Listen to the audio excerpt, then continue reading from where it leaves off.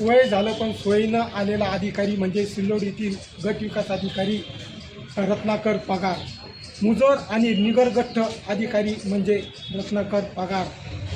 जनतेचे कामं मी सांगेल तर होईल, मी नाही सांगणार तर कामं होणार नाही, असा मुजोर अधिकारी म्हणजे गट विकास अधिकारी रत्नाकर पवार यांच्या या प्रशासकीय कामकाजाच्या विरोधात, यांच्या या वृत्तीच्या विरोधात आम्ही निषेध व्यक्त करत असून त्यांच्यावर नियमाप्रमाणे कारवाई व्हावी आणि त्यांनी पंचायत समितीतील जे प्रशासकीय कामकाज आहे हे नियमाप्रमाणे सांभाळावे यासाठी आम्ही माननीय मुख्य कार्यकारी अधिकारी श्री अंकित साहेब व तसेच उपमुख्य कार्यकारी अधिकारी सामान्य प्रशासनाचे राघवेंद्र घोरपडे साहेबांना एक निवेदन दिलेलं आहे आणि त्यांना असं सांगितलेलं आहे की हे 5 संदर्भ दिलेले आहे.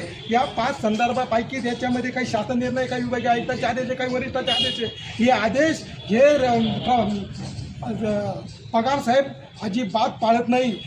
त्यांनी सांगितलं शासनाने जे नियम केलेले असेल तर मी माझ्या मनाचेच नियम पंचायत समितीमध्ये चालवणार अशी मानसिकता राबवणारा गट विकास अधिकारी म्हणजे सिल्लोड येथील गट विकास अधिकारी श्री पगार साहेब यांना खरोखर प्रशासकीय शिस्त लावण्याची अत्यंत गरज आहे, जेणेकरून सिल्लोड तालुका अक्षरशः या माणसाने वेठीस धरलेला आहे, ज्यामुळे लोकांना त्यांची कामे तर दूरच भीक नको पण कुत्रावर अशी भीती या लोकांना झालेली आहे. त्याच्यामुळं येथील लोकांचे कामकाज थांबलेले आहे. तिथं ते घाबरत त्यांच्या कॅबिनमध्ये जातात आणि विचारलं साहेब माझं काम तर त्यांनी म्हणलं तर झालं, ठीक आहे, नाही झालं तर त्यांना घाबरून पळून जाऊ लागले लोक. अशी परिस्थिती सिल्लोड येथील पंचायत समितीची झालेली आहे.